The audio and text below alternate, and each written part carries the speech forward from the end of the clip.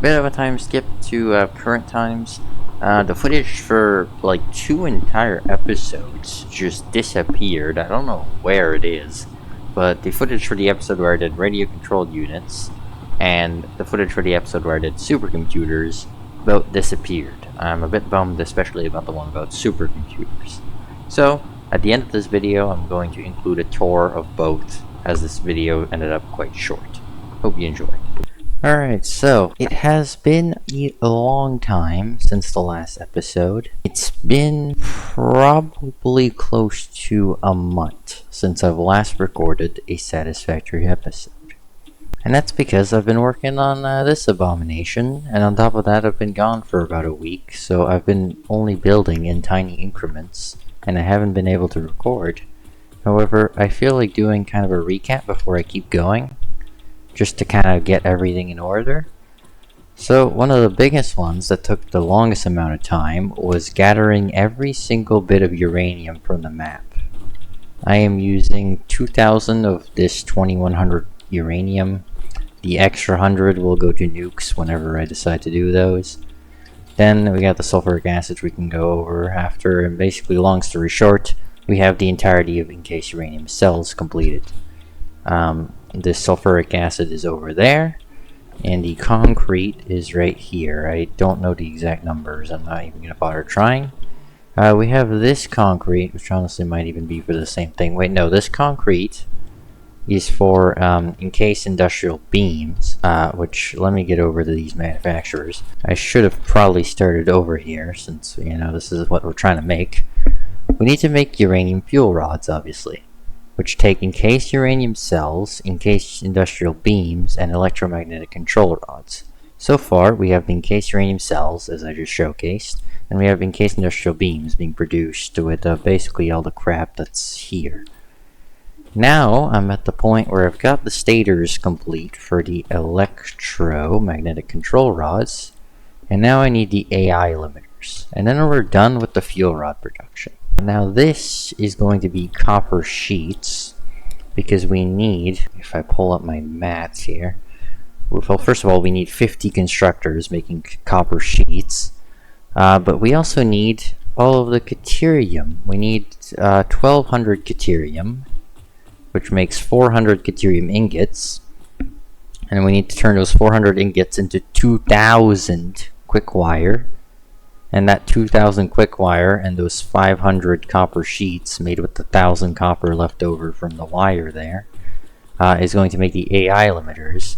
And then the AI limiters and the stators are going to merge into electromagnetic control rods, which is going to finish our uranium fuel rod production. If you're curious how many we're going to be making, we're going to be making 20 per minute. But yeah, I'll get back to copper sheeting, and then you'll just watch whatever I come back to. Alright, I got the copper sheets done with. As you can see, that's the 50 constructors making copper sheets. These obviously have to fill up because they're taking forever. But next up is going to be the caterium, the AI limiters, the electromagnetic control rods, and then we're done with the uranium fuel rods. Alright, it is the next day, and I have pretty much finished up everything.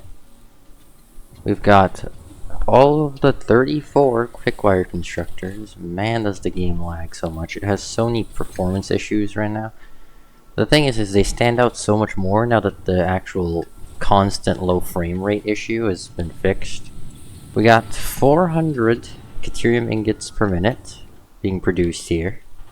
Don't remember if I showed this off or not, but we have 500 copper sheets per minute being produced right here, and then that combines into 100 AI limiters per minute, and now the only thing left is to merge them with the stators, which are, I think, over there, and now we'll have all the electromagnetic control rods. And then once that's done, just question of hooking them up to the manufacturers, and we've got uranium fuel rods. Well, I think that's gonna be about it. Also, on kind of other news, I had a huge lag spike. Well, not even a lag spike, really. Like, usually it's just the auto saves or whatever that, like, freeze the game for a couple seconds at most. But I got, like, a, like, full entire Windows, just everything freeze for, like, at least 3-4 seconds. It wasn't even just a game. Whatever it was caused by the game, but it was not just the game that got taken down with it. I tried to clip it, and even the clip just didn't know what to do. To be fair, I did expect this area to be a lot more radioactive than it is. But you know, I think the reason my last one was so radioactive is because since I obviously overclocked pretty much everything was much closer together. So plutonium was close enough to up the radiation through the entire plant, plus the uranium, plus there were waste barrel buildup, the first of many uranium fuel rods. Alright, well, on that note, this is technically the end of this video.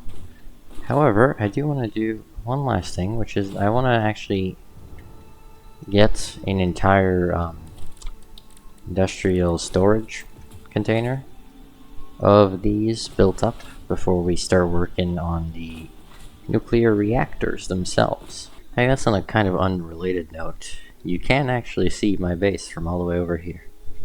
The same way you can see this one. Except the machines don't render from all the way over there. So you only see the, like, concrete slab.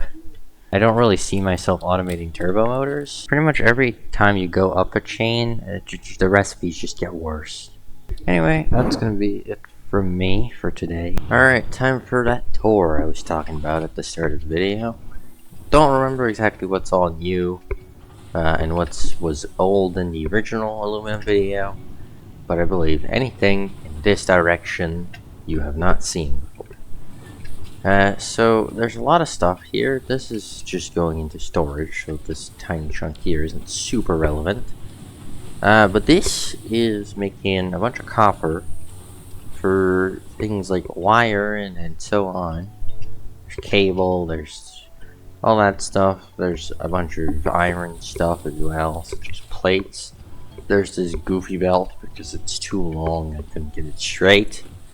There's reinforced iron plates. All of this stuff comes together in the end. There's a lack of quartz right now, I think.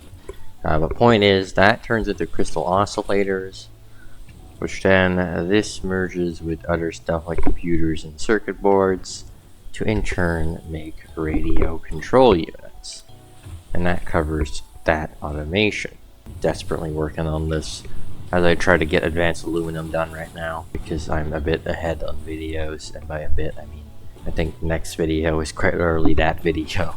I'm trying my best here, but when you lose 2 entire episodes that both took probably 20 hours each, if I remember correctly, it's not easy.